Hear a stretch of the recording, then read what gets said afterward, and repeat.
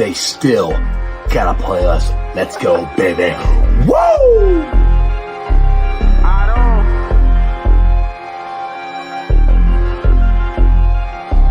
Hey, don't run that ball on the 100, showed you how that go down. Feeling like Santino, tell him we want all the smoke now. We ain't snooping that commercial, we don't put no smoke down. Plus we back and you can't hide, so it ain't nowhere safe to go now. Hey, we always gon' turn up in that jungle every time. How we ain't gon' win when we loaded in with 9? Plus T just came in signed, so the city gon' be fine. Jamar say he open every time and he ain't never lied. Look at how we win at it, the size of the old line. Giving Burrow extra time should be a federal crime. Hey, we right back on that path again. Put the division back to the test, they won't pass again. Orlando and Trent Brown, that's the Tower Twins. Feel like we only getting better as we stacking wins. And we stacking. Giuseppe in for 6, that's a gritty again. AFC North battles getting gritty again. It's Yoshi second year, we just brought Burton in. Vaughn back to ring some bells, get the cracking again. Hey guys, what's going on? Welcome to the show. This is Sports with Strawberry Ice. I'm here with the Iceman, Jeff Trunapole, and it's also bring you sports from a West Side point of view right here in the great city of Cincinnati, Ohio, home of some of the best barbecue around. That's right, it's Midwest Best Barbecue. Make sure you check them out. Go out there to Ward's Quarter exit. Get you some CTB wings, some Uno wings, some Dillionaire wings, some G-Funk. They're all delicious. Get you some ribs on every third Saturday, I think it is. Tell Tim Nicole Ice sent you. Also, show is brought to you by Meyer Windows and Doors and more. Check them out at www.meyercincinnati.com for all your window and door needs. I got them in my house. I highly recommend you get them in yours. And my West Side peeps, go check out Hail Mary's, your ticket to the game. It's right there in the heart of Cheviot. Free parking, big ass TV screen, beer specials, food trucks. A great spot. Again, if you guys missed it this past Tuesday, me and Joe had a great time with Richard Skinner. Live at the Moynihan House. We're there every Tuesday from 6 to 8. This week we'll be having Gabby from Fox 19. She'll be on there with us, I think, the whole 2 hours. I think Neil Meyer might be there and Harrison the comedian. We'll see who shows up. But please, come on down. Happy hour is extended from 3 to 9 p.m. $5 drafts, house wines, well drinks, and $2 off appetizer. It is an amazing fun time. Also, this Sunday at 10 a.m., we will be starting the Mercedes-Benz at Fort Mitchell at Moorline Lager House pregame experience. We've had a great time there. Make sure you come on down. 2 of the greatest words in the English language. Open bar, people. It's only $75. 3 hours before. A great buffet spread. I'll be down there doing a pregame show. We got a DJ. It's an awesome, awesome time. Again, check it out. Mercedes-Benz at Fort Mitchell at Moorline Lager House pregame experience. If you want your tickets, I just tweeted a link out. It's also on the Moorline Lager House's social media event pages, so please get your tickets and come on down. I'll be giving away. Ron Boyle hooked me up with some ice chains. If you guys check that out, put it on Twitter. So I'll be giving some of those away if you want to wear a cool looking chain that's got Bengal stripes on it. It's got the Mercedes-Benz logo. It says ice on it. Yeah, hey, it'd be kind of cool. Anyway, what's up to everybody in the chat? We're Stranger in there, Brad in there, Paul Painters in there, Rick the Rock, Tony Blazin, Michael Madden's in there. What is going on? All right, we are. Well, I say we. The Bengals are preparing to take on the Ratbirds. I have a bold prediction. I said they're going to drop 40 on them. They might need to drop 40 on them to win the game because hopefully our defense will stop them. We'll see what happens. But you know me, I'm always looking at everything through orange-colored sunglasses. But the guy who doesn't and tries to be real about everything, I love him. He's a little annoying, but you know, he's Joe Schmo. What's up, Joe? It does suck being grounded in reality instead of just kind of living in a fantasy world. But dude, it's fun. Man. How are you? It's fun. Good. It's fun here. I enjoy it. I enjoy the hell out of it. So, all right. So, we had Miles Murphy. He practiced. Michaela Jackson practiced. BJ Hill practiced, but limited. Mike Hilton didn't even dress. That is kind of a concern. You were kind of discussing this before the show started. I'll let you go first. What you were saying before. Yeah, I never really heard the severity. I mean, we saw the injury that he had. It looked nasty, but he came back into play most of the game on Sunday.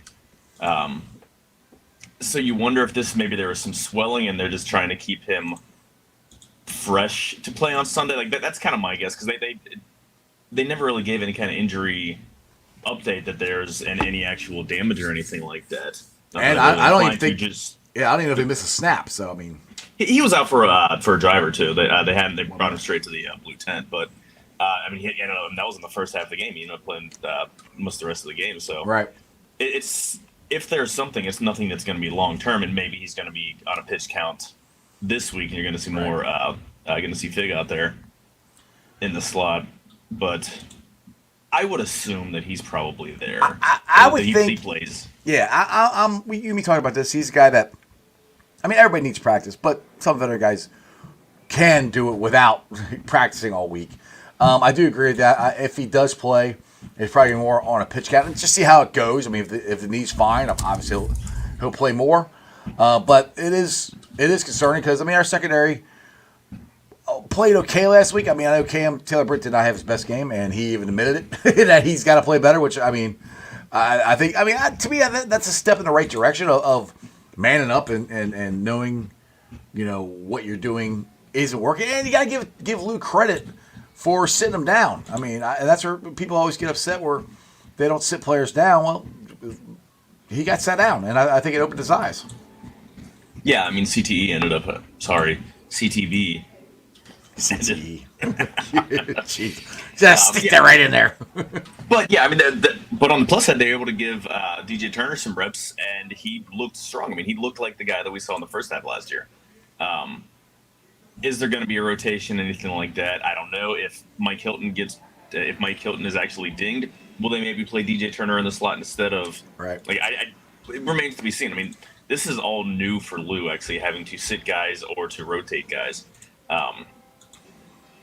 We shall see. I mean, no one can do what Mike Hilton can do, but no, or the size you can do it. and with Cam Taylor-Britt, you're assuming that this is just a it goes through happens in baseball, happens in every sport, just a slump, or just last couple weeks were kind of a bad stretch. Mm-hmm. I mean, numbers look ugly, and he was just looked completely lost out there, but he's still the same. He's got the same physical ability that he had the first couple weeks when he looked great. So yeah, assume that even if he looks like crap next week, that this is just a roller coaster. Not like this isn't like he's not hurt, or this isn't something like who he is. It's just no. It's like Skinny said. stretch. Skinny said the same thing Tuesday, that he thinks he's kind of more of in a slump, that he's more of the player that we saw for most of last year than what we've seen this year, and I believe that too. But he's got to make it happen on the field. Now, Dustin here, I like where his head's at. I said I'm very confident in a Sunday. I don't believe the Ravens have seen an offense like us, or maybe the Bills. And the thing is, what gives me confidence? The Bills stuff. But what gives me confidence is their secondary isn't that good. It hasn't really played that well, to be honest. I know it played better against the Bills, but I mean, let's be honest. Our wide receiver core is 10 times better than what the Bills have. So that's where I believe. And this is not with orange-colored sunglasses. This is actual fact. Our offense can play with this defense. I have no qualms with that. I think we could score 30 on these guys at least. I said we dropped 40 on them. That's my bold prediction. But I do think we've had 30 the last couple weeks. We did 30 against Kansas City. So I think we can put 30 on them. The thing is, do we have enough bodies? Like Rick's here, Rick's Rock here is asking, what's up with the defensive line? Who's in? Who's out? BJ Hill, I think is going to play. Miles Murphy, I think, is going to play. I would like to see McKinley Jackson out there. I don't, like I said, he's only had 3 practices up until this week, I think. So that's a big ask. But can he give you something more than what Zach's been giving you? And that's the thing. And I don't know the answer to that, but I'd be willing to try it. You and I could step in and give more than what Zach Carter has given, unfortunately. It was a terrible draft pick. It was a terrible. Augie, what's happening, brother? Terrible draft pick, and he's given about the productivity that you'd expect from someone who, despite where he was drafted, I think he was drafted in the 3rd. He should have been a 5th round, 6th round. Maybe why is he an interior guy? I mean, they bulked him up to be an interior guy. He was a tweener because he wasn't quick enough to be on the edge. He was smaller, shorter, and stockier than what you see for an actual edge. Maybe if he was a 3-4 defensive end, he'd fit a little bit better. Right, but he doesn't have the speed to be an edge. And he doesn't have the size and the strength to be a tackle. So just cut him loose and let him maybe latch on somewhere to where he fits the scheme better. Well, how confident? I would actually. I'm sorry. Go ahead. I was just going to ask you, how confident are you on our offense? That's the part that gives me confidence that we can win this game. Bengals are one of the 4. Well, there are 4 teams that the EPA, which is basically efficiency numbers, for running and was it for running their. I don't remember the exact. Their offense efficiently, basically. They're incredibly efficient running the ball, and they're one of the most explosive or efficient teams passing the ball. Yeah. So they look great on no matter what they're doing. And this is, and again, this was the stuff that, and then I keep going back to the stuff that I was hoping to see when we had this conversation last year, when whether Brian Callahan was going to get a head coaching bump. They're more varied. And again, maybe this was what the offense was going to evolve with Brian Callahan anyway.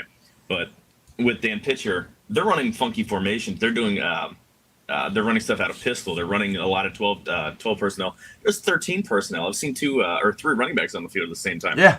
A lot of motion. They're actually on the higher end in motion. They absolutely never ran any motion. Joe likes having 5 receivers lined up, having everyone motion. Like that's how you expose a little bit to see what the defense is doing. If someone trails your guy across the field, hey, guess what? They're man to man. Right. Like simple stuff like that. Yeah, and under center and play action. I like that. I've seen that more this year too. Because Joe doesn't like turning his back to the defense. He's doing it. Right, but it works. They're incredibly efficient. They have tight ends. I mean, again, we talked a lot on Tuesday. And again, no offense, I don't watch you when I'm not on the show because I just see me. I click view on. I play it just so you get a view on YouTube. But thanks. So I don't know what you talked about yesterday, but I didn't even do a show yesterday, so there you go. Well, there you go. I go on and on about this guy every single time I talk. Eric All. Mm-hmm. Unbelievable. The fact that you can put a tight end on the field that doesn't give away what you're going to do. Exactly. Drew Sample is a giveaway that they're probably going to run.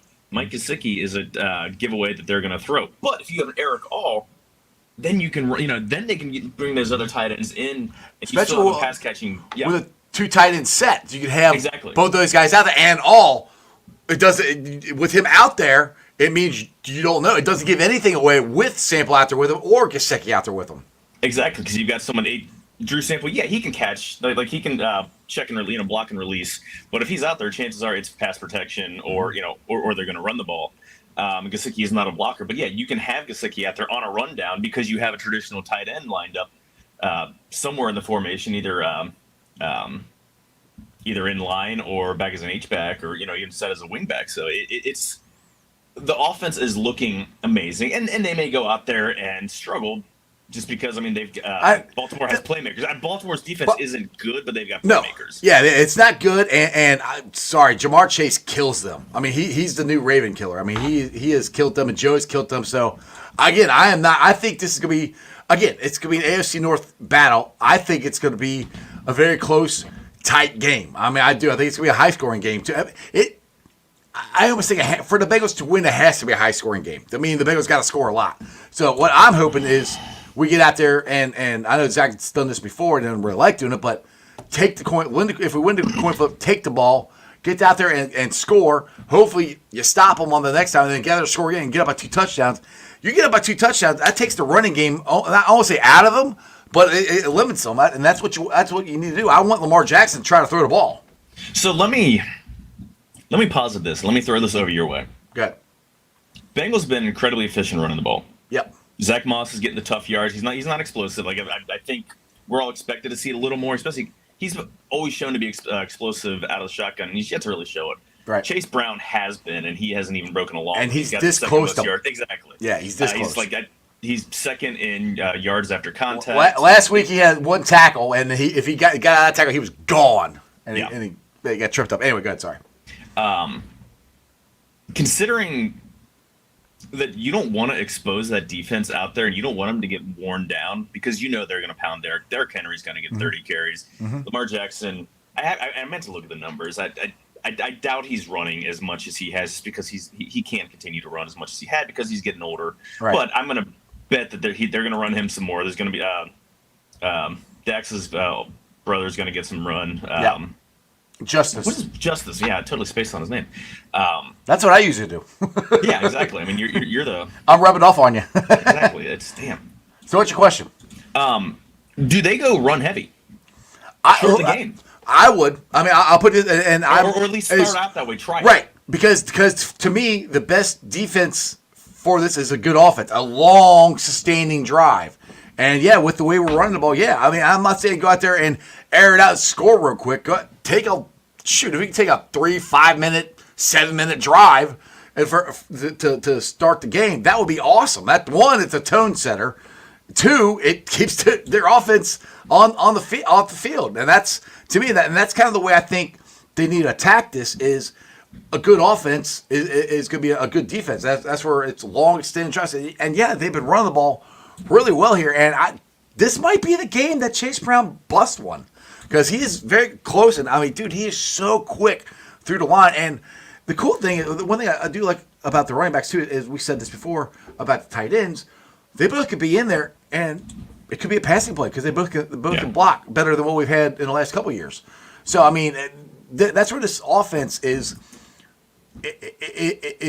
more dynamic, and it's not predictable, as you would always say. You don't know what they're doing. It's getting closer to, which is one of my favorite games last year, was the offense we had against the Sucky Niners. They had no clue what was going on.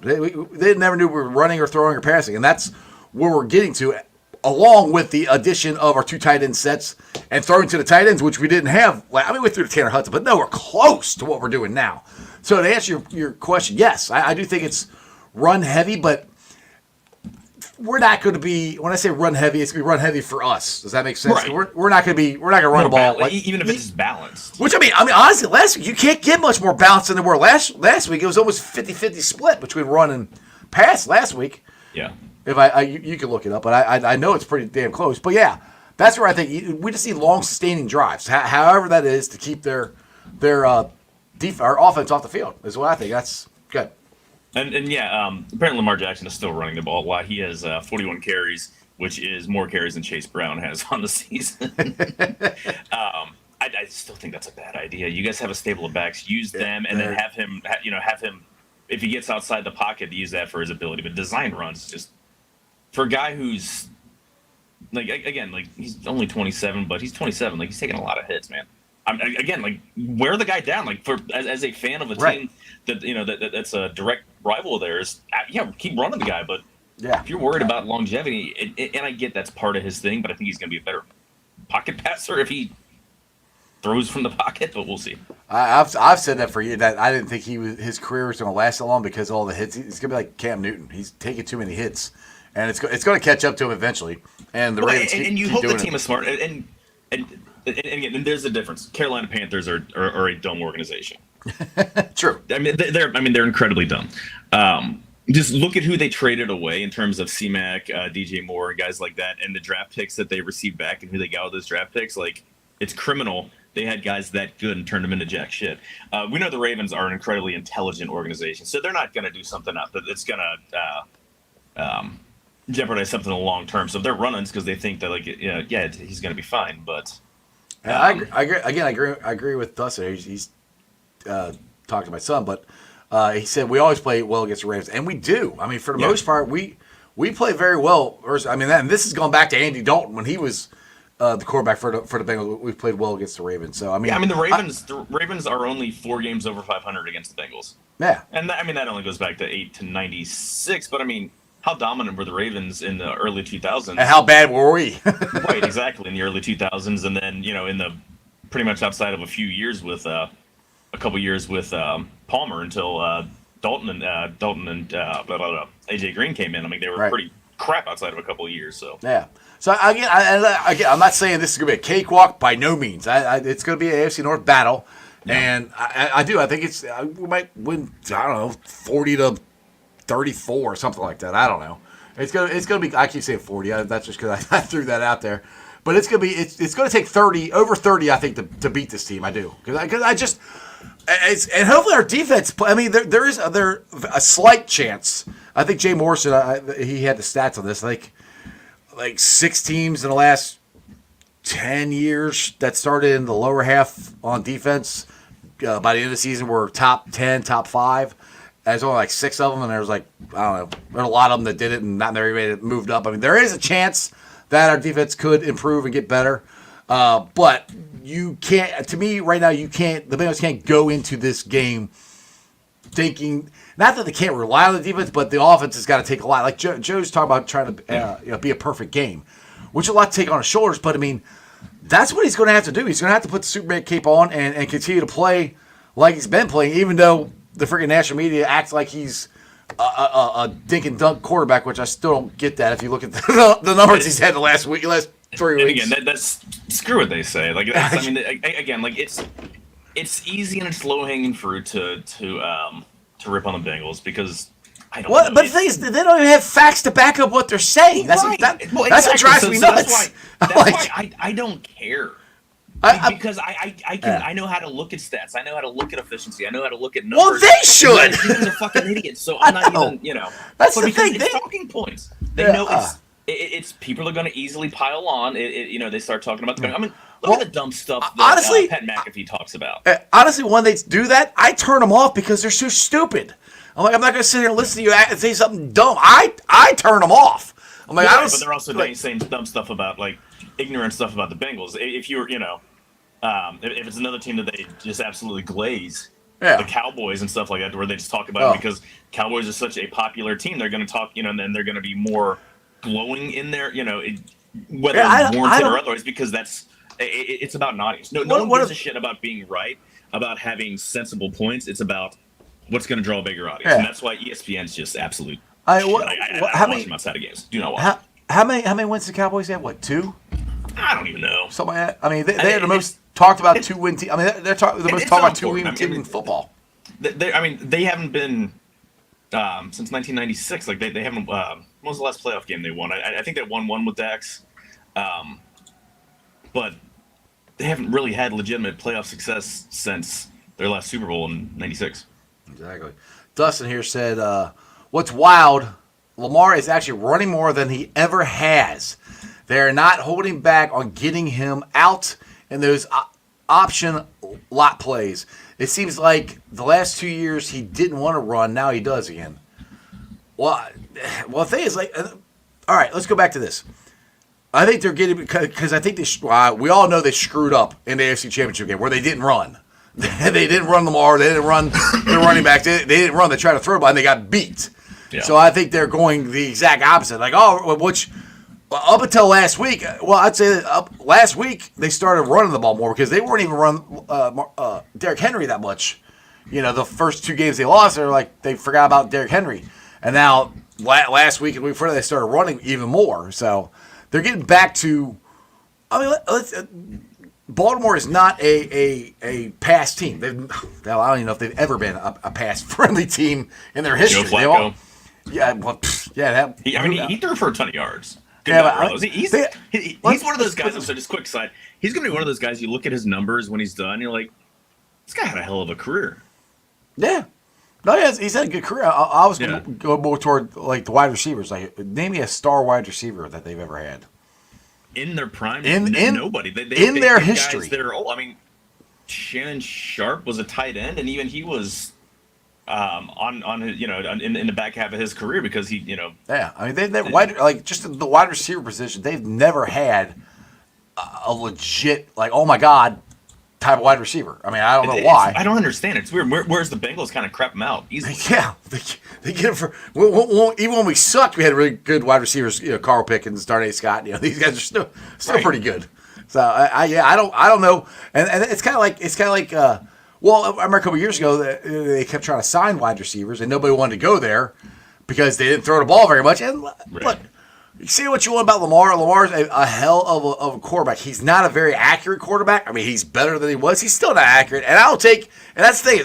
If you can keep him in the pocket, I'll take that all day long. And the way to do that is get out ahead of him and make them throw the ball. Because especially if you have long sustaining drives and you're eating the clock up, and you get ahead, they're going to have to throw the ball to try to score quick. And that's what you want. And they don't do that very well at all. They actually suck at it. Yeah, that's easily the best way to beat them is to have Lamar from the pocket. And I mean, Lamar will have games where he'll absolutely just smoke you from the. I mean, the first game last year in week 2. I mean, I don't know how many yards he threw, but he had an amazing game. He threw an absolute dot downfield to. It was Zay Flowers. He can make him. And he'll win games from the pocket, but your best, his absolute best. Now, best way to keep them is to keep them in the pocket, which, get that lead. And again, that's why I think I would try to, just to run the ball more. And again, just Bengals. No, I'm with you. Even though they've been efficient, they haven't been run heavy. Because they've been in every game. They haven't had to be run heavy on any drive. So I'd love to see what it looks like. Mm-hmm. You know what I mean? It's a good tactic to do this week because, like I said, of the way our defense is here. Yeah. We got a $5 super chat from Dustin. Appreciate it, man. Who's the Ravens O-line coach? Replacing 3 starters this year and already playing at a high level. Props to them for being able to rip and replace so fast. Welcome. I don't know. Their O-line coach died before the season, and they had to replace him. Yeah, and they lost 2 of their tackles. Actually, their O-line wasn't. I mean, at the beginning of the year, their O-line wasn't that good. I think it's just they lost both their tackles, I think. So I mean, yeah, they're you have to give them props the last 2 weeks. They've started playing better when they won, but their first 2 games they lost, their O-line was not playing good at all. Yeah. And that's one thing that I said, because when everybody kept picking the Ravens, I'm like, their O-line, they lost two starters and their O-line coach, so and they lost their defense coordinator. So I mean, and that's the thing. What kills me is like, all right, they've won 2 games. They looked phenomenal against the Bills. They did. Yeah, they smoked them. They smoked them. But now everybody's like, oh, they've been playing so great. No, they played great one game. They played okay the week before that. They won. So that's where they're still not this. They're not this dominant team that they get the benefit of the doubt more than the Bengals do. You know, they get to all for national media, for everybody. They get the benefit, and that's the way the organization, history of the organization. They got 2 Super Bowls, so I get that. It still sucks, but they get way more the benefit of the doubt than we do.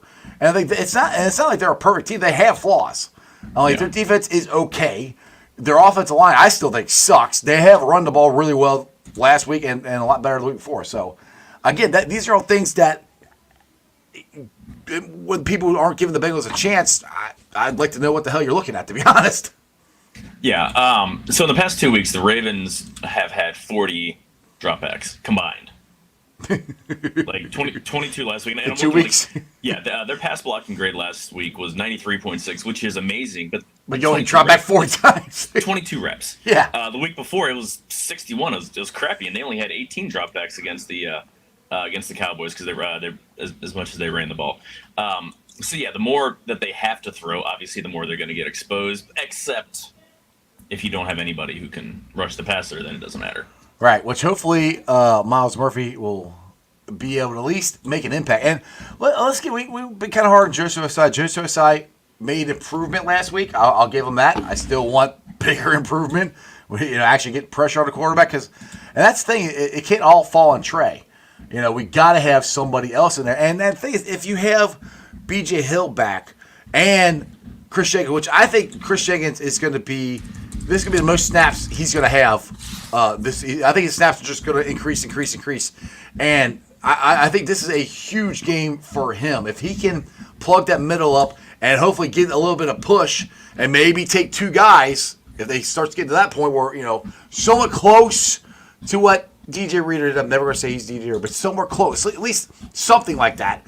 That's going to free up Trey, and hopefully that'll free up Myles Murphy too, and we can start getting some pressure on the quarterback as well. So that's my hope is Chris Jenkins keeps improving upon what he's already done. Because let's give him credit. The goal line stand was Chris Jenkins.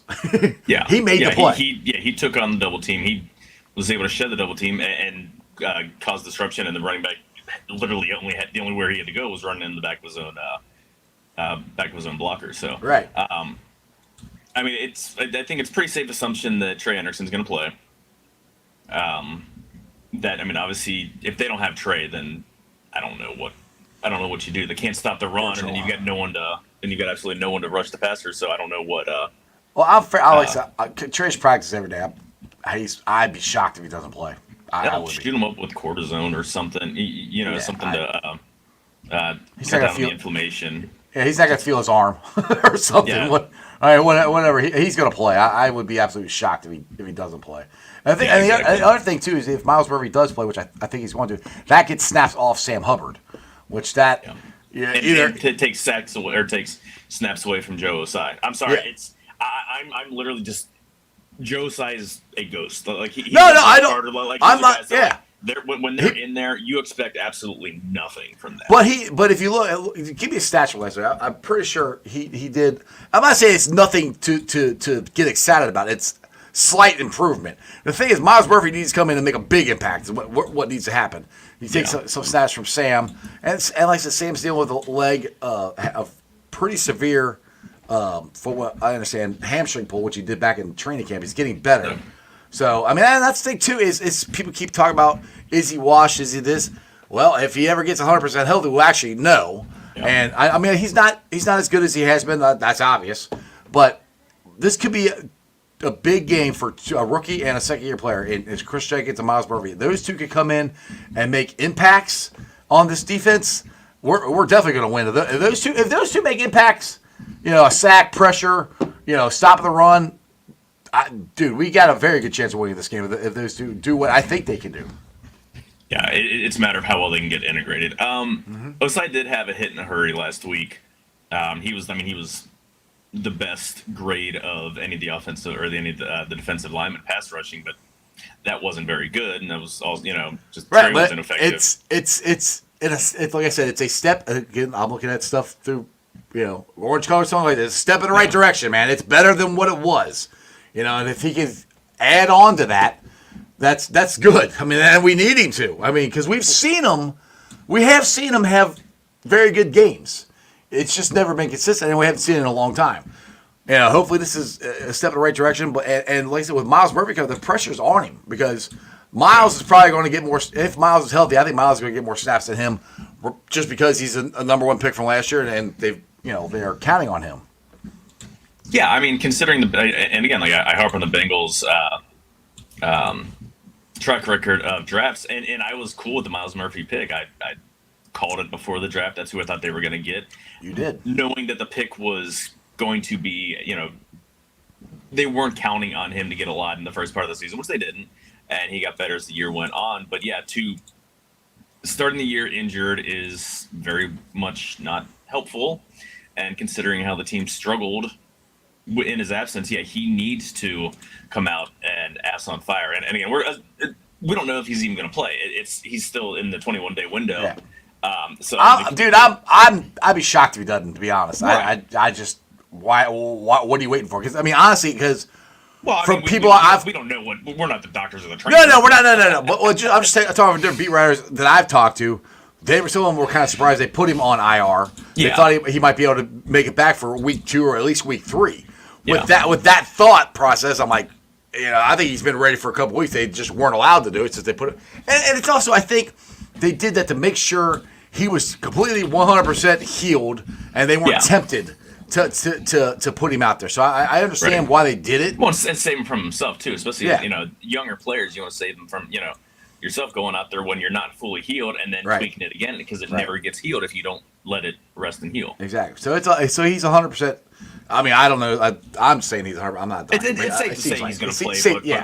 But we don't know. We don't know that, and we might not know. They might not. They don't have to tell us till game time. They might not say anything till then. It'll I think be Saturday when we find out. At the earliest. You'll hear elevations. Mm-hmm. You're not going to hear who's active and who's not, but you'll hear about if anyone's getting elevated from the practice squad. So that's when it'll come out. The one I've said his name a lot, and I'd be surprised if he actually gets out there. This is McKinley Jackson, just because he's had such little practice. I think he had 3 training camp practices before he got hurt, and now he's had 2 this week. That's a lot to ask, but again, like we've talked about, we need bodies. Zach Carter has not done much of anything. At least put him on the active roster. I mean, Sheldon Rankins, he's not gonna. He's most likely still on the rehab field. I doubt he's gonna play. You could have McKinley Jackson on there along with Carter and Tufele. I think if I do the math right, I think he can. Am I right on that or not? What was the? Can we have McKinley Jackson, BJ Hill, Tufele, and Zach Carter? We can have all them. Yeah, that's four interior guys. They had Carter, Tufele, Hill, and Rankins first 2 weeks. So that to me that would be the 4 that I would like to see out there. Again, just as many healthy guys as possible, just to keep no one is good enough to play. Chris Jenkins, never mind. So yeah, they'd only have four available. Yeah, Chris Jenkins. Oh, fair with him. Yeah, Dustin, I know. I had the Gridiron Gang on. He's a Gridiron Gang. It's not high on McKinley Jackson at all. I have high hopes. Yeah, I had these guys on there, and they after the draft, they weren't very high on him. And it was a slight reach, but it's also this is where we've talked about. I've said this is where I wish they would have done a little more in the defensive line on the offseason. Like I don't know, keep DJ Reader. Sign somebody else, that would have been nice, and then you wouldn't have had to try to get McKinley Jackson. You could have had a veteran, or you could have had McKinley Jackson and a veteran, and you wouldn't have Zach Carter or Tufele on there, which would have been better, especially since so many guys got hurt. I think the reason they got McKinley Jackson when they did was Devondre Sweat. I would have loved to get him. But he went a lot earlier, and I think he might have been in the Bengals' plans. He went before Chris Jackson, I believe, because I think he would have been in the Bengals' plans for that pick.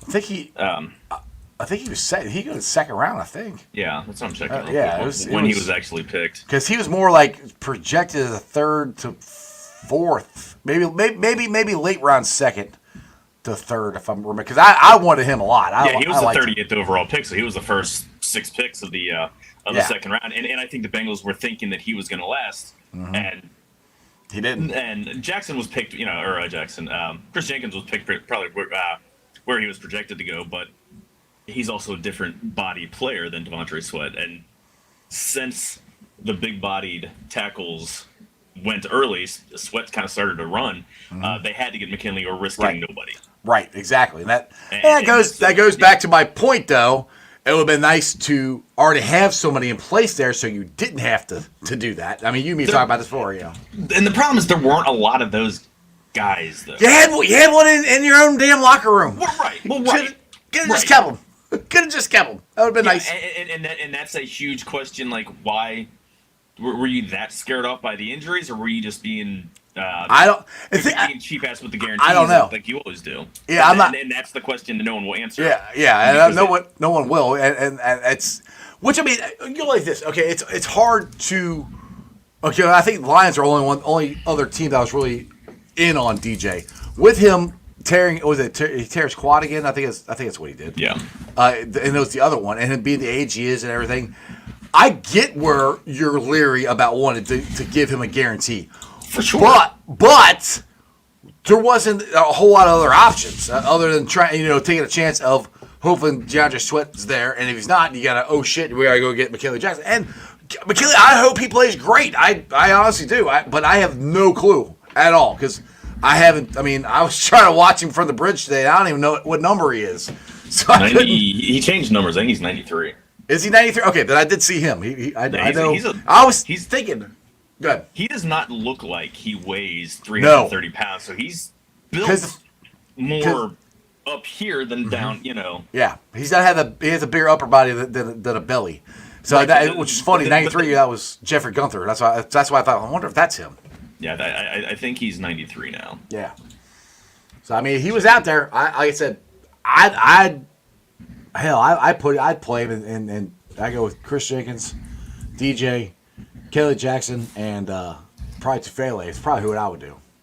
And here's the thing, like, Jackson hasn't, if he's in, or at least if they believe that his conditioning is where it needs to be, activate him to throw it in on needed running downs because he's got the size and strength to at least occupy a blocker. He's not going to take on and beat double teams like DJ Reed, or he's not going to have the quickness as Chris Jenkins, but just as a body who's not going to get absolutely washed out like Zach Carter or Tufele does in a lot of plays. I mean, Tufele will make a play here or there. He makes. So I'd rather have there's something, but I'd rather have Tufele in there if I had a choice. If you pick one, Tufele or Zach Carter, I'll put Tufele in there, and I'll put McKinley in there just because of what you just said. You need somebody who doesn't get pushed around. And I don't. Yeah. I don't know, but it looks like he won't get pushed around. He did in college. And he's playing. I mean, he's playing the position he played in college. Zach Carter wasn't. He was like you said, he was a tweener. So this guy's played a position before. It's not a new position. He knows. It's different. The NFL is a completely different animal. But I don't know. Anyway, I know it's a long discussion about a guy we don't even know what the hell we'll get out of. But that's kind of where we're at.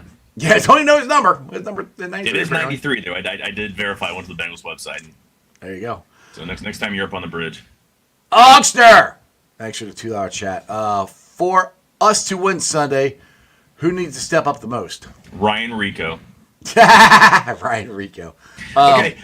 Can we appreciate what this guy has done? Oh, yeah. Or we'll say 3 games because he didn't punt. Like he didn't have any attempts on.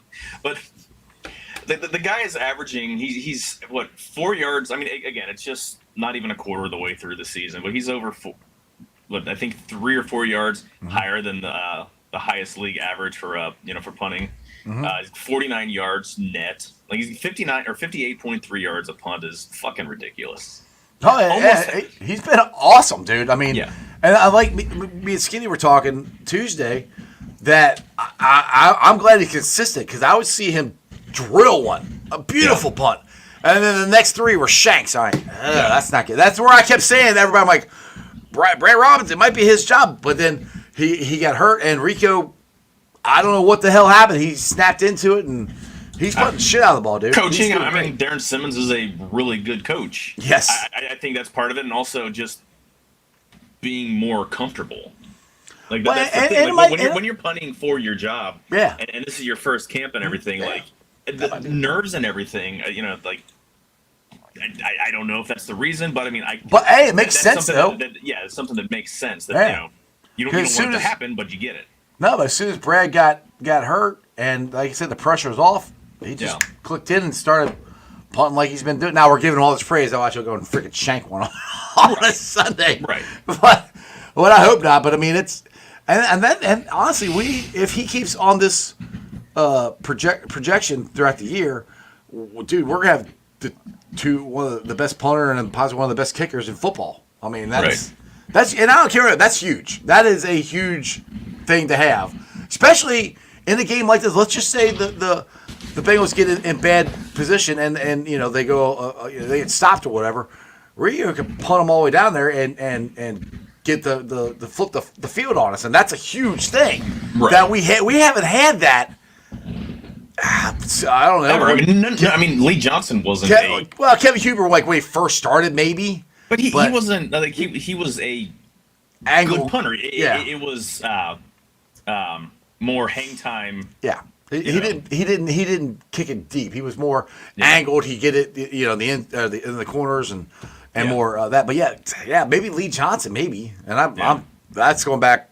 I was little. I didn't pay attention that much to the in punter. early 90s. But to answer Augie's question, who needs to step up the most is absolutely CTE.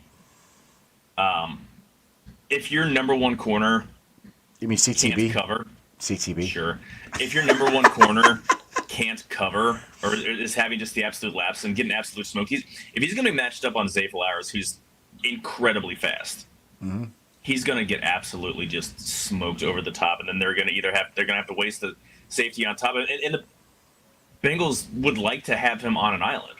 And if you have to dedicate safety help, then everything else is just it screws with everything else you want to do, and then that's one spot where you thought that you're going to be okay, that you're weak, and so that you're weak in the defensive line, and then you're struggling on the back line. So I legitimately think that Cam Taylor-Britt is the number one guy that needs to have a good game, more than anyone else on defense, more than anybody on offense. I don't disagree with you. I'll just give you somebody else. I'm saying Chris Jenkins. Because we need somebody to step up and Be good to have someone to pop on the D line. right, step up, stop the run, hopefully get some. Because I think Chris Jenkins can actually get pressure the quarterback too. I think he can beat these double teams and I think he's going to progress to that. So, and the other guy I just like to see play better in general is Geno Stone. He's going against his former team. He's got to take better angles. Like I don't know what's going on. We knew he wasn't going to be a good tackler, but we thought he'd be a ball hawk. And other than the first game where he should have had that interception. Yeah, hasn't really done much. Yeah, it's been a struggle for him. Again, I think him going up against his old team is going to provide some motivation. Again, we're not. I don't want to say he's a product of playing next to Kyle Hamilton because Kyle Hamilton is so damn good. Yeah, it helps. Right, but I mean, coverage grades. I mean, those are things that are graded on a play-by-play basis, not based on who's playing on the opposite Scheme. side of you to Right. cover up exactly. And he had really good cover grades for multiple years, and it's just kind of been a bit of a struggle for him. So I think he will play better because he has played better. There's no reason that he would immediately just drop off. Like, this isn't like Nick Scott that played That's well the in a same thing I'm saying about contract. Cam Taylor Britt. What you say about that's the same thing I'm saying about Cam Taylor Britt. They just been in a slump, got a bit off to base. I don't know. Yeah. So that's the other guy I'm curious. You've been talking about for weeks is Jordan Battle, and with Lou making comments this week that he's making the right. What Skinny? Had Skinny say? He said he needed to become a professional. Better pro. Yeah. I don't buy that though. This is a guy that was a multiple captain for fucking Nick Saban. Right. And suddenly he's gonna come in unprepared, like he's he's a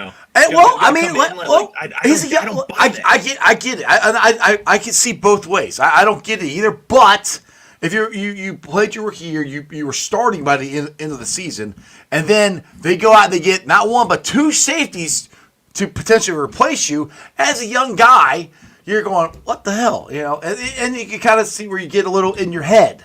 So I mean, I can see it both ways. I can see where he kind of got a little.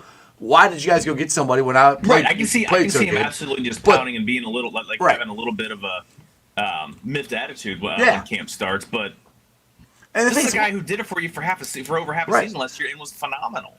And the other thing is, like I've said this before, Von Bell is Lou's guy, and Lou might have to. And I think with Lou's comments.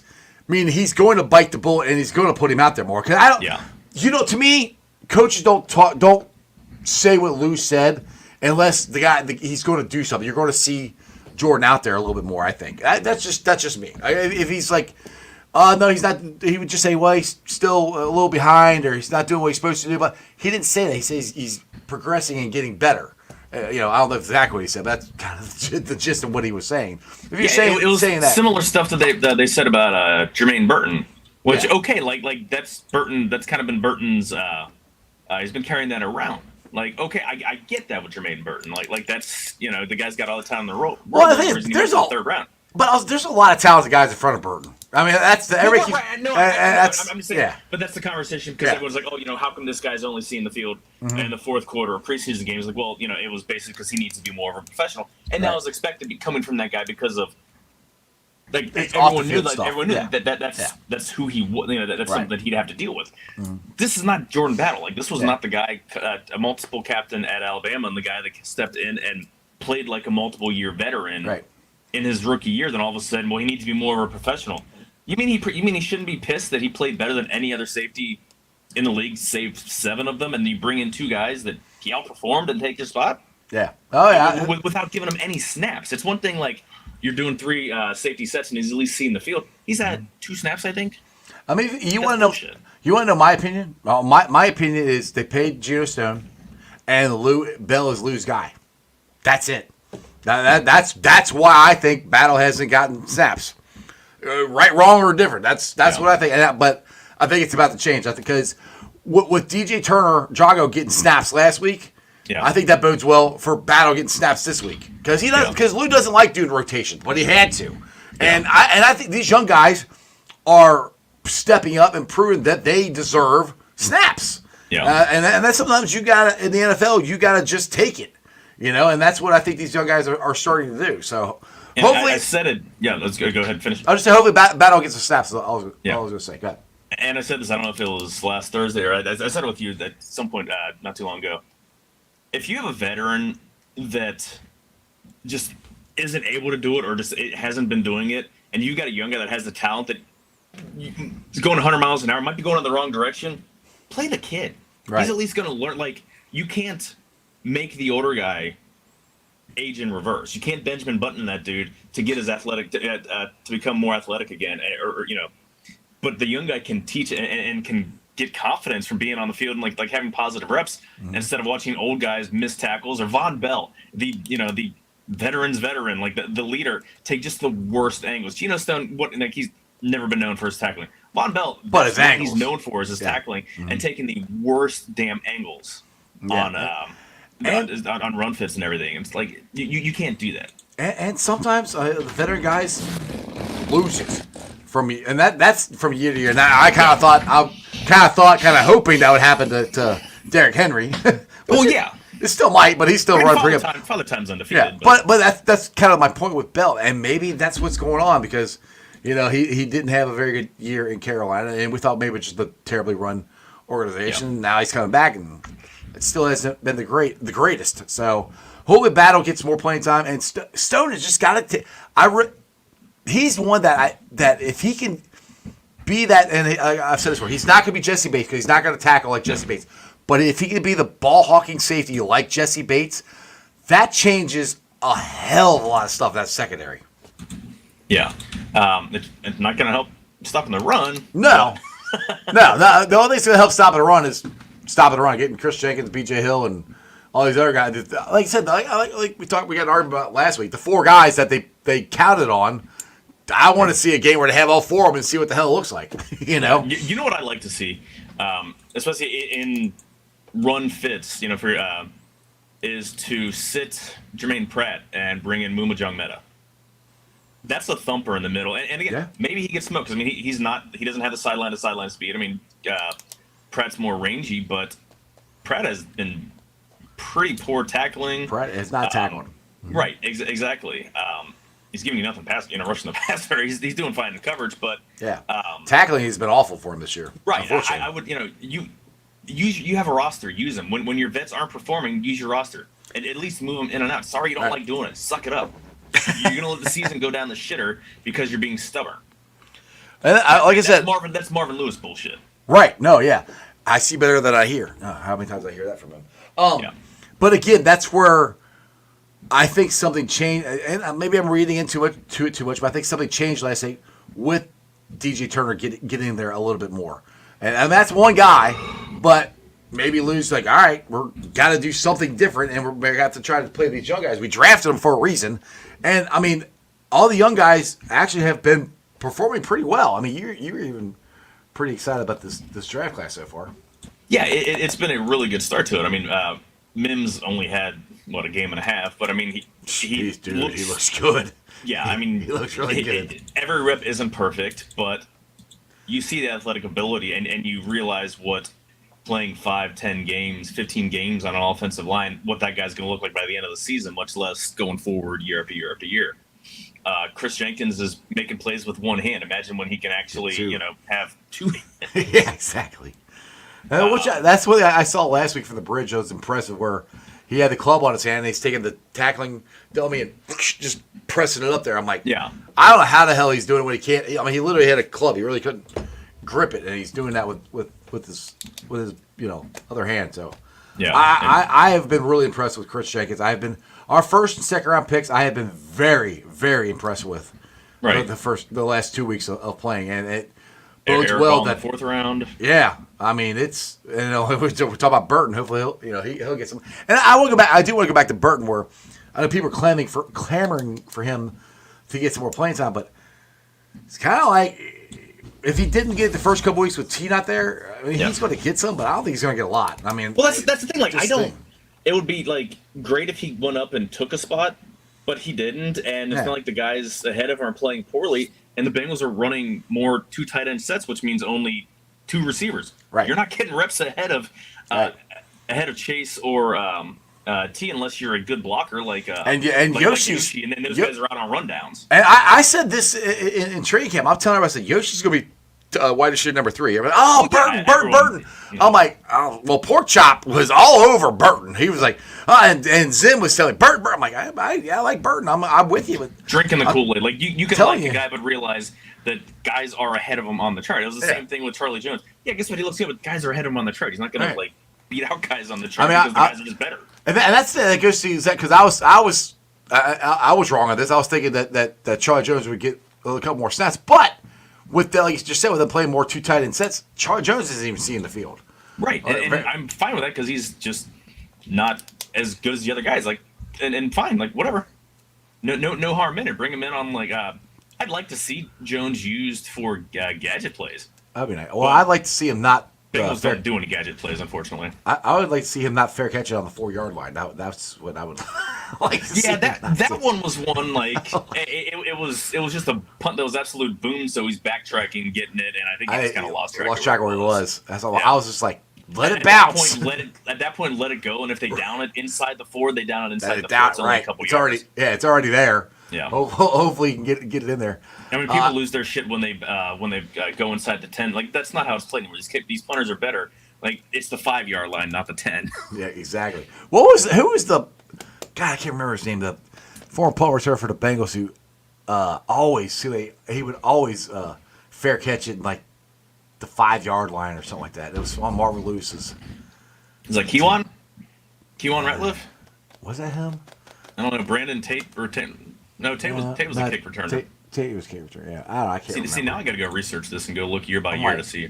I'm like, man, that's just I don't know. Hey, you're making me do research. Don't threaten me with a good time, homie. I always have a tab up for Pro Football Reference. I can't. I've tried year by year. I wanted for some reason I want to say Kevin Case for hard, but I know that's not freaking it. I saw his name. So there's on TikTok and probably other social media. There's it's called Nerd Session. It's just a bunch of like sports nerds that like know everything about baseball or about football and basketball. And the question today was name 5 white cornerbacks. Because with Cooper DeJean and the guy got Jason Sehorn eventually, and the last one that he pulled out, he's like, I think I don't remember if he was a wide receiver or not, but Kevin, and he completely botched the last name. He's like, holy shit, yes, Kevin Casefarhan. You know where Kevin Casefarhan went to college? He's the second NFL player out of this college. Augustana College, same as Kenny Anderson. Really? 2 players have come out of that school, and they both were Bengals legends to different ends of the spectrum. But yeah, exactly. I always remembered that because just because that weird random note. First off, that he was a white cornerback. That you're going to remember those guys. So. Hey, I'll get you. Was Kewan Ratliff? Is that who I'm talking about? I don't know. I don't know who I'm talking about. I remember he returned punts. He was a small. He was like 5'7" or 5'8" cornerback out of Florida. Yeah, I don't know. I can't remember. But I don't remember his. There's guy say I just get so irritated. I'm like, why are you fair catching on the 5-yard line? Let it bounce. Yeah. I don't know. We just started talking about this. Brought back a memory that I can't even remember. So whatever. Anyway, so we don't have any Bearcats to worry about this week, which I think is good because gives them a week to heal up. Yeah, they had 4. They were down 3 running backs. Kobe got banged up a little bit, and they were down 2 receivers. So yeah, give them a week to heal up. Exactly. Who do they got next week? The Directional Florida Citro Knights, UCF. What you call them? Directional Florida. I'm sorry, I can't take you serious if you're at like a directional, like Western Michigan, Central. Eastern Michigan, Western Carolina, East Carolina, Central Florida, South Florida. Like no, I'm pretty confident we should a week and a half out. I'm pretty confident we're gonna win that game. I don't know. It'll be a tough game because it's down at Bounce House. Yeah. Cats haven't played well down there historically, and but their defense is still crap. Now on the plus side again, Central Florida isn't that good though, is they? Are they? They're decent. I mean, they got absolutely housed by Colorado, but they're 3-2. I mean, they're a decent team. Yeah. Okay. They're better again, the shitheads from last year that UC had are now shitheads riding the pine for Central Florida outside of Michon Pace. But yeah, it's not really. It'll be a tough game. Bearcats can win. They're not terrible, but if they play like they did last week, they'll win. And they're all stay healthy. I think so. Again, dude, look, Colorado isn't very good, and they went in and absolutely housed them. If Kiner doesn't get hurt, our running game is so much better last week. Yeah. Than it was, and I think we win that by a touchdown. I think he makes that big of a difference. Maybe. Because I know he only had a couple rushes, but he got like 9 yards on like 3 or 4 rushes. I mean, he was making plays. I think he had 3 carries for 9 yards. I thought, if I'm not mistaken. But it was just a different look when he was there. It's like when he went out, I think the first couple guys had minus yardage or maybe 2 yards or something. It took a little while for them to actually get going. Kiner was making plays. So and Neil kind of said that too. He's their bell cow. I mean, he's their lead running back, and he's Yeah. one of the better running backs. He's not the best in the conference by any It's not means. bad. Ollie Gordon is, but I mean, he's a He'll- good college running back. He'll run on Sundays, I think. Maybe. I mean, he's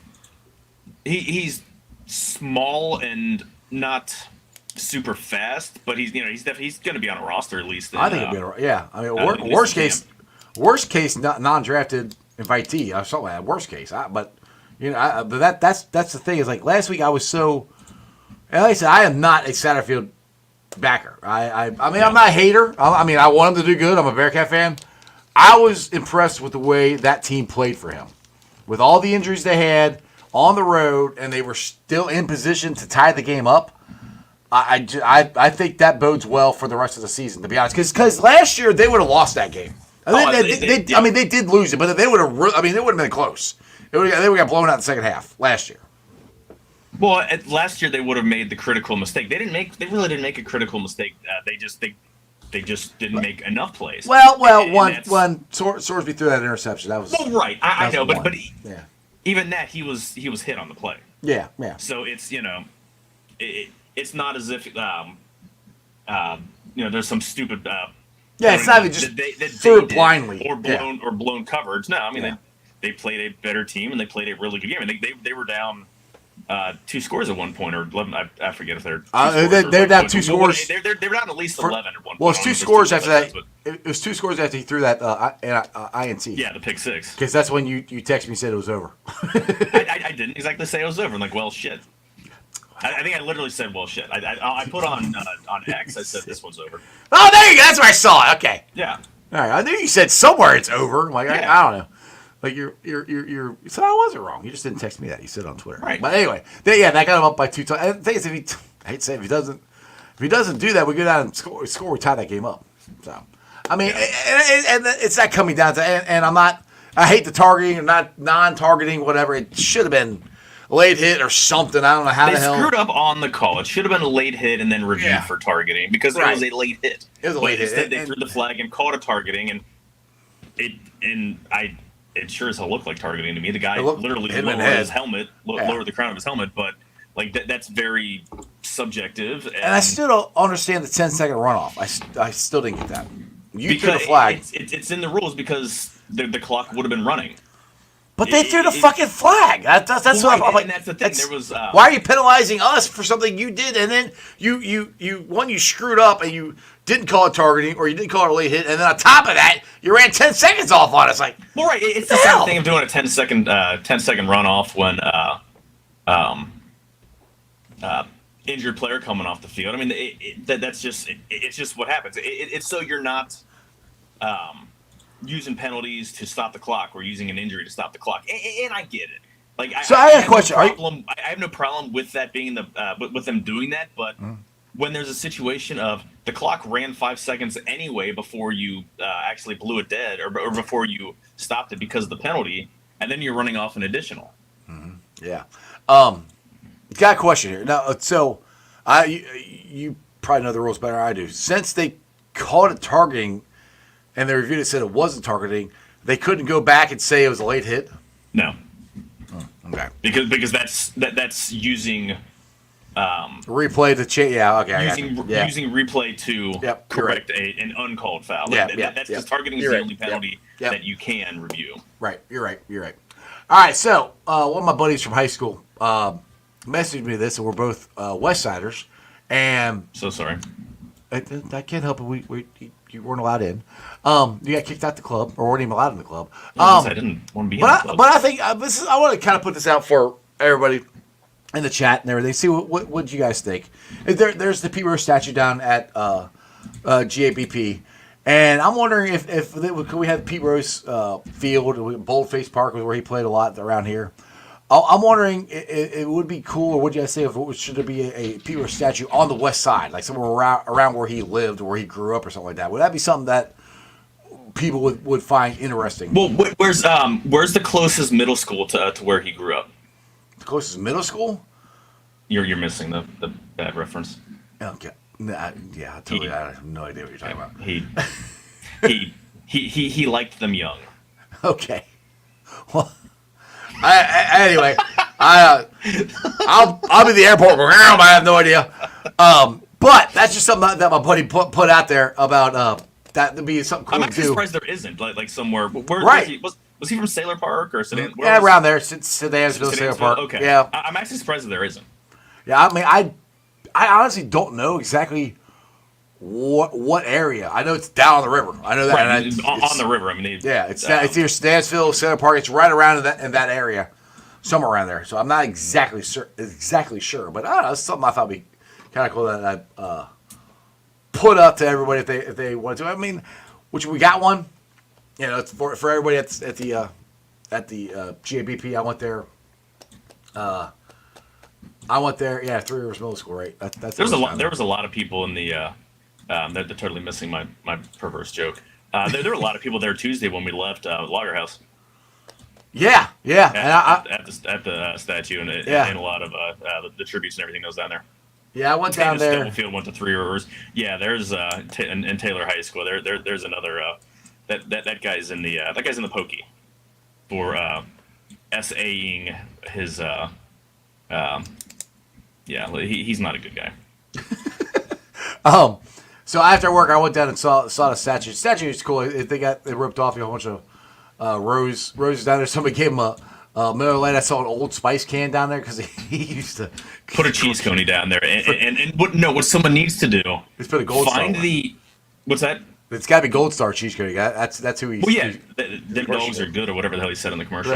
Right. I gotta find like there was I don't know if it was Jockey or some underwear thing that like a bunch of athletes and I'll put the picture up because it's such an awesome picture. Oh God. It might take me a minute, so. I think I know which picture you're talking about. I think I've seen it. Yeah, it's one of those like that's just no one needs to see that. Cindy got mad at me because I sent her that picture.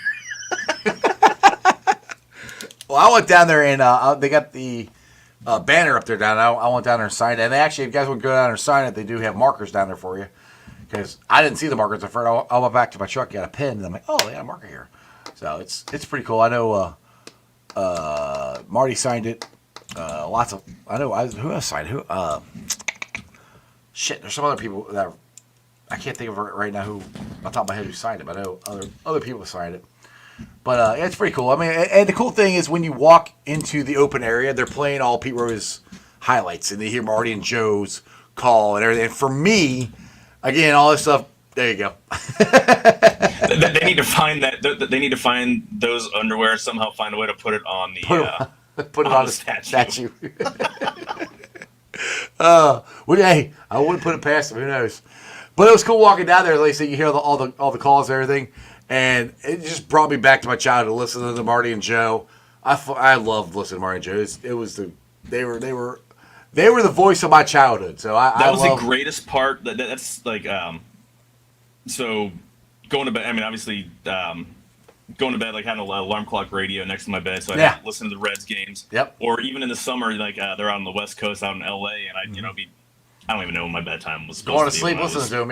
Yep. Yeah, when I was 8, 9, 10 years old, and I'd still have it on. I'd listen to the whole damn thing in the summer. Be up till 1 o'clock listening to Tommy Lasorda bitch about something or another, and Marty and Joe having a few choice words. I remember. So I got story about my grandparents were like I said were huge Reds fans, and so I remember when they first. This might have been like 91, 92. When they first started, it wasn't Fox Sports Net, it was Sports Channel. Yeah. They had a whole bunch of Reds games on there. They were those were like pay-per-view, weren't they? Like at first, like it was certain cable networks got it. Like mine didn't. My grandparents did. They lived 10 minutes from my house, and their Time Warner cable or whatever it was back then, they got it. Yeah. So I would go over to their house to watch the game, and I'll never forget this game. My grandma, God bless her heart, stayed up with me till I think it was 2 o'clock in the morning. We were watching the Reds and the Dodgers, and freaking Rob Dibble, who I love Rob Dibble, but gave up a 2-run game-winning homer to I don't remember somebody for the Dodgers. I'm like, you gotta be kidding me. And my grandma goes, well, Mike Sharperson. I don't know. It might have been. My grandma was like, well, that was worth staying up for. I started laughing, going, yep, and I drove home. But yeah, that was back in the day. It was Sports. And oh, by the way, did you hear that Bally Sports has dropped the Reds? They're not going to be. It's been weird. So they dropped there's 7 teams that they completely are dropping their contracts with. That's $60 million? From what I heard, like they're trying to renegotiate. And the Reds are one of those teams that they're. I think trying it's to like $60 million. I think it's what they were paying them. Is what I heard. Well, $60 yeah, million? and that's what I said on Tuesday. Yeah. The Reds were getting $60 million a year, which was more than 10 teams and the same as like a few others. But they're also like one of the most watched teams on there. That's why they got that. It's funny because the only team who they didn't completely sever any ties or try to renegotiate is the Braves. And the funny part is, who's the only team who actually publicly releases their income and their financial statement?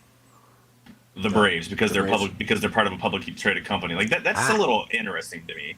That the only team that it's almost like the teams went to them. Like I don't know. Maybe I'm thinking too broadly on that, but the only team that you actually see how much money they make.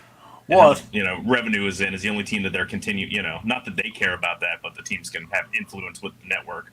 Well, I'll put it this way. Just for the Reds, the interesting thing is, all right, we're trying to hire a manager, and you and me both want them to throw a bag of money at Tito.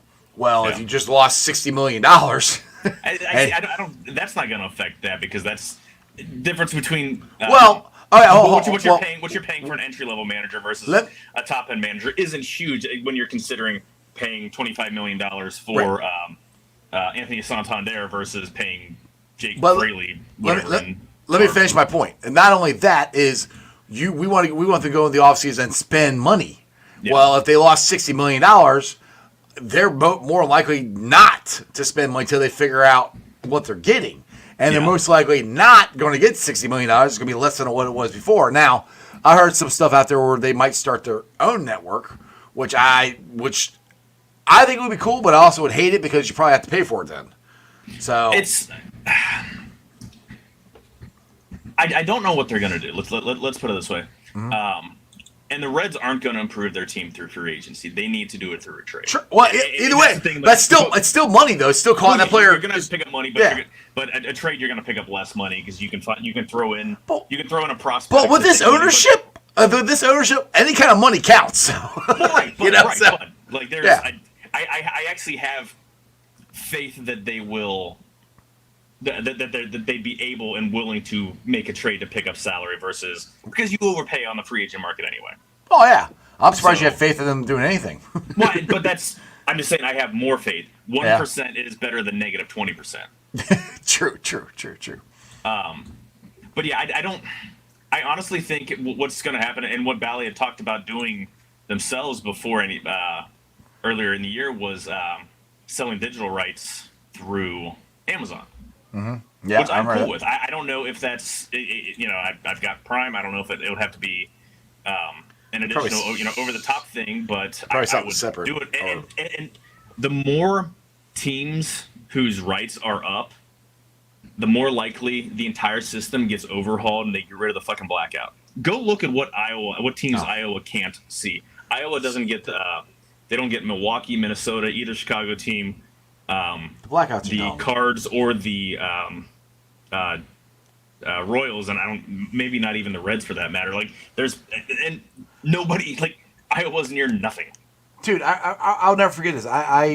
This is forever. It's probably 20 years ago when they first started coming out with the sports packages and everything. So I got the NFL ticket and I got the sports package, which meant you got every Fox Sports net.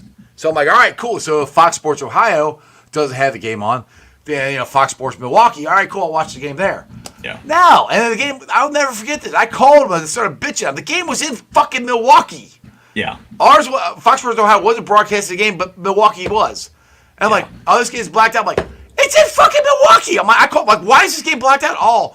Because you could go buy tickets. I'm like, it's in Milwaukee. Right. That makes no sense. The argument is just idiotic. Yeah, Iowa gets 6 teams: Brewers, Cardinals, Cubs, Royals, Twins, and White Sox. They aren't blackout for the Reds. So if you have MLB Network or MLB TV, you can watch the Reds in Iowa. So there's that. I hope they get in Iowa. because you like corn and Caitlin Clark. That'd be the only reason. And Dyersville. I mean that's Field of Dreams. Yes. Never been there, but I heard it's just cool. Like I cool would like site. to go. I would like to go there sometime. Go spend a day there and then get the hell out. We're of gonna there. do a live show there. You are? We are. We're gonna both go there and do a live show there. That sounds awesome. Let's do it. I'm down for it. I have no idea when we're doing it, but set it up. Right. I'm down. But yeah, it's like this could be a very interesting offseason, and to me, who they get as manager sets the tone for how this offseason is going to go, I think. I'll put it this way. For me, which I don't think this is going to happen, I would love them to get Tito. I don't think they're going to. But let's say for some crazy reason they did. To me, that is a sign that, all right, boys, we're all in. We are really going to concentrate and do stuff to make this team better. Now, scale that back. If you go and get Skip Schumacher, who I think that's who it's going to be, it's more like, okay, well, he was a really good manager, when he had talent and everything. How, are you going to follow through with this? That's for me. It's like, you get Tito, I think you're going to. You get Skip, I don't know if you're going to. Does that make sense? Yeah. And that's the thing. If they don't get Tito, or if they don't get a needle-moving manager, then I really don't care. Again, they're not. I don't think any of them are terrible. I mean, if they're not getting a needle-moving manager, then why the hell they fire Bell? Well, they have to. I get the point. We talked about it because of they needed someone. First, they needed a scapegoat, and also because the mistakes. They actually made a point that their Reds keep making the same mistakes over and over and over again, and they didn't like that. Like, well, okay, well, you keep hiring crappy managers over and over and over again. That's a mistake too. What was the last really good manager for me? Jack McKeon. Dusty. How did I forget about Dusty? How did I forget about Dusty? My bad. I think about Dusty. How did I forget about him? Sorry. Yeah, Dusty. That was Dusty's last one. And to me, that's what that was. When they signed Dusty, that was back to what Bob said when he bought the team. I'm going to bring championship baseball back to Cincinnati. Hiring Dusty was a sign of that. Now, we didn't win a damn thing, but at least they were acting like they tried. They made a half concerted effort. They never did that final step, but they went out and made trades and made acquisitions. I mean, and again, this is what I'm saying. They made trades to bolster the team. Started with getting Roland, also the Latos trade. I don't know if there's I don't know if there's a free agent out there that does what we need. To be honest, I think I'm agreeing. They're going to have to trade somebody. Yeah, and that's the thing. That was, and even Skinny was saying doesn't know who's out there. It's like free agent isn't there are guys out there that I like. I like to have Anthony Santander. I like to have Tyler O'Neill would I think be a good fit. Again, I'm just thinking right-handed hitting outfielders, but not the a trade route is going to be the best one, and you can be creative with those to find ways. 3-team deals. I mean, you've got some prospects. They have people we can trade. Make it work. We have people. Work. Yeah, we have people that we can trade that would be worth other teams trading for. Yeah, now, for me, and without taking on a shitload of salary too, which right. obviously is is their major issue. Yeah, exactly. I mean, for me, to me, I don't think they have to make a ton of. So I want a right-handed, power-hitting outfielder. That's what I want, and I want some more pitching. And get to improve the bench a little bit. Yeah. And that's big. That's really it for me. I mean, is there anything else I'm missing that you think maybe they should get other than that?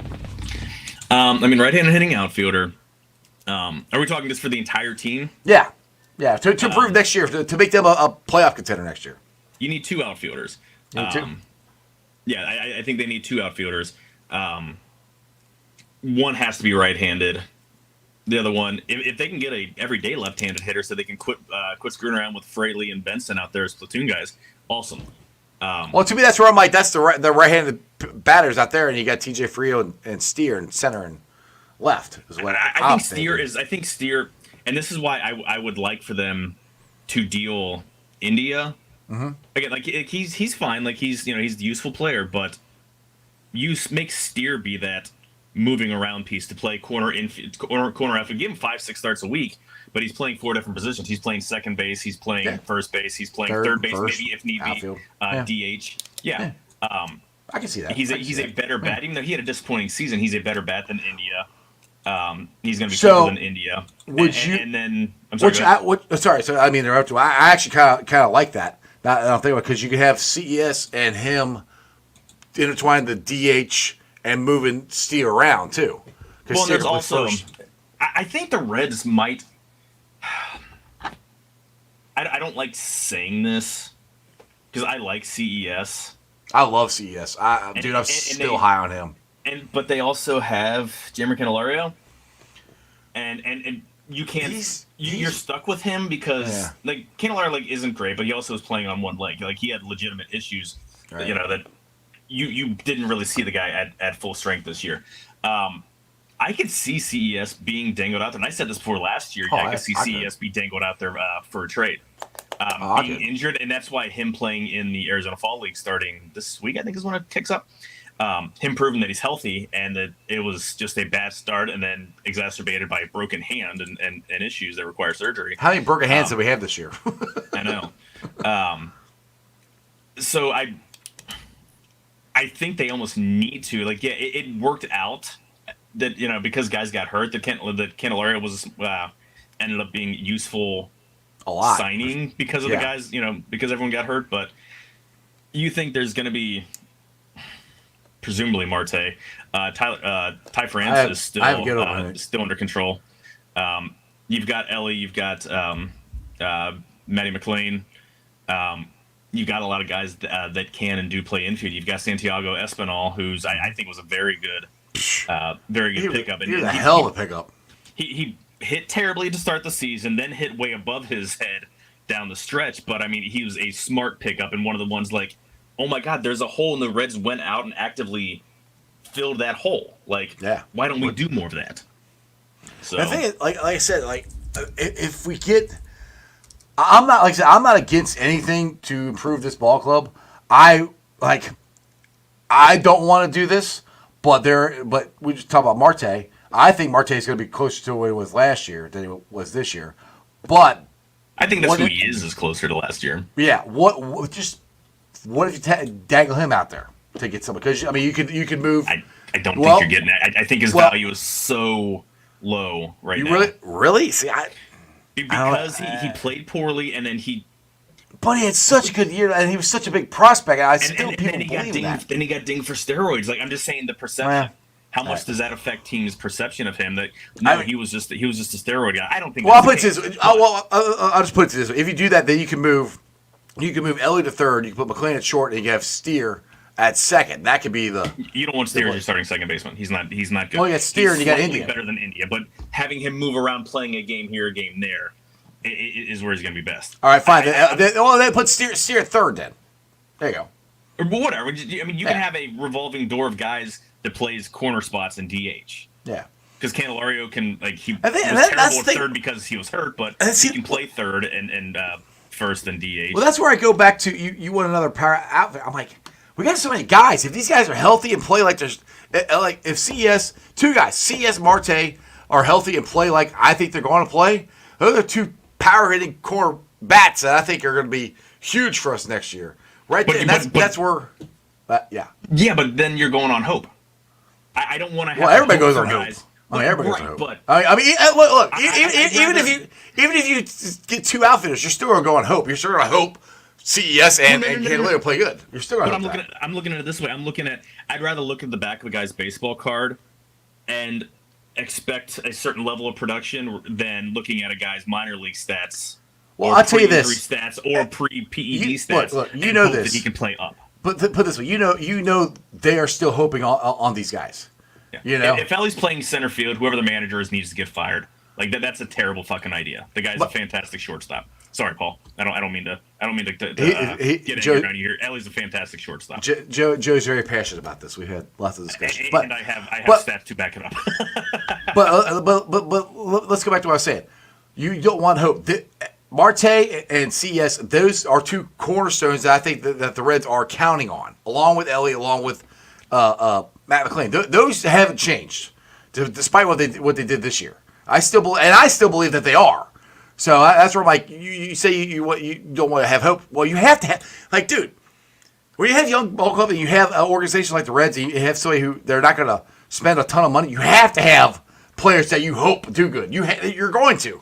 Right, but it's whether you're relying on more guys to hope on versus a couple guys to hope on. I think next year, going into the season, that based on what has happened in the past calendar year, Noelvi Marte and CES should be fighting for one spot, and the other guy will be down in Louisville. If they both play well and make it onto the roster, great. They need to earn it. Those guys need to be battling for one spot. I'm just saying, like, if in an ideal thing, in an ideal situation, one spot for a third base. Okay. All right, we'll agree to disagree. That's fine. We've been on it for a while. Like I said, I think they're going to be really good, but we'll see. I mean, we got to find out who the hell the manager's going to be. Right, that's going to happen before anything else. Yeah, we got to figure that out first. Anyway, Joe, appreciate you, brother. I will see you next Tuesday. Oh, actually, no, we'll see you Sunday at Sunday 4:45, 4:30, somewhere around that. Yeah, and maybe Joe will have like his own interest music or something. No, I don't know. I'll figure something out at some point. All right, Joe, take it easy, brother. See ya. See you, man. All right, guys. Hope you guys liked that as much as I did. I appreciate you guys watching. I've been live streaming on ZTV Online, YouTube, Facebook, X, Twitch. You can follow me on all those along with Instagram, Threads, and TikTok. And if you guys have not made it out to Midwest Best Barbecue, why the hell not? Get out there, tell Tim Nicole I sent you. Get you some Dillinator wings, some CTB wings, some G-Funk, award-winning G-Funk wings. Delicious pulled pork sandwiches. Mac and cheese is awesome. Like I said, Midwest Best Barbecue right there on Ward's Corner Avenue exit. Also, the show is brought to you by Meyer Windows and Doors. Check them out at www.meyercincinnati.com for all your window and door needs. Free estimates. You can actually see the Jackpot Joey mobile and talk to Jackpot Joey, inventor himself, Matty Myers. I got him in my house. Make sure you give me yours. Meyer Door and Windows. And my Westside peeps, go check out Hail Mary's, your ticket to the game. Cool little sports bar right in the middle, in the heart of Cheviot. Free parking right across the street. Beer specials, big ass TV screen, food trucks, and an awesome bar. Again, that's Hail Mary's, your ticket to the game. Now this Sunday, if you have not got your tickets yet, please get your tickets to the Mercedes-Benz of Fort Mitchell at Moorline Lager House, the pregame experience. We start 3 hours before the game starts. We have a DJ. I'll be doing my pregame show there. Tickets are only $75. Open bar. Delicious spread. It's an awesome time. Please come on out there. You never know who's going to show up. So again, if you're looking for tickets, go to the Moorline Lager House social media pages. Check out my social media pages. The link is there. $75. All you can drink, all you can eat. 3 hours. Can't beat that. Also, live this Tuesday, do me a favor. Please join me as we celebrate the Bengals' victory, because they're going to win, over the Leopards. Live at the Moorline Lager House. It's going to be every Tuesday. The show starts at 6, goes till 8. Happy hour starts at 3, goes till 9. It's $5 drafts, house wines, well drinks, and $2 off appetizers. So please, tell your friends, tell your neighbors. Come on down to the Moorline Lager House. Let's have a party. Let's have some fun. Celebrate. Maybe we'll celebrate the Reds' new manager. Who knows? Listen, Gabby from Fox 19 will be joining us. I think Neil Meyer might be there. We're talking some Bearcats. It's a blast. We have a great time. We have a great time there Tuesday. We have a great time on Sunday. Just come on down. Get your tickets for the pregame thing. The show on Tuesday, it's free. Just show up, eat, drink, be merry, have fun. Other than that, you guys have a wonderful day. And I will see you tomorrow. The show will be a little earlier tomorrow. It's going to be at 4 o'clock. I'm going down to the Moorline Lager House at 6. We're doing a keg tapping. So Mason Epstein will be Epstein. That's from Welcome Back, Carter. For Reds Daily will be on with me, and we'll be doing remembering Pete Rose, remembering the Hit King, and just stories of Pete Rose, and just we're going to talk about the baseball player Pete Rose. That's what I want to talk about. I don't know what Joey's talking about with the middle school thing. I have no idea. I don't care. Okay? I don't care. Yeah, he better than baseball. I don't care. I don't like it. I don't care. I'm tired of talking about that. I want to talk about Pete Rose, the baseball player, and what he meant to me and what he meant to this city, and I wish that's all we could ever talk about. We'll try tomorrow. Other than that, that's just sports, baby. See ya! They still gotta play us. Let's go, baby. Woo!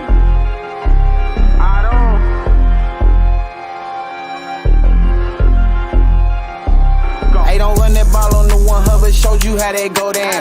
Feeling like Santino, tell 'em we want all the smoke now. We ain't snooping that commercial, we don't put no smoke down. Plus we back and you can't hide, so it ain't nowhere safe to go now. We always gon' turn up in that jungle every time. How we ain't gon' win when we loaded in with 9? Plus T just came in signed, so the city gon' be fine. Jamar say he open every time and he ain't never lied. Look at how we win at it, the size of the old line. Giving Burrow extra time should be a federal crime. Hey, we right back on that path again. Put the division back to the test, they won't pass again. Orlando and Trent Brown, that's the Tower Twins. Feel like we only getting better as we stacking wins. And we stacking. Jaceki in for 6, that's a gritty again. AFC North battles getting gritty again. It's Yoshi second year, we just brought Burton in. Von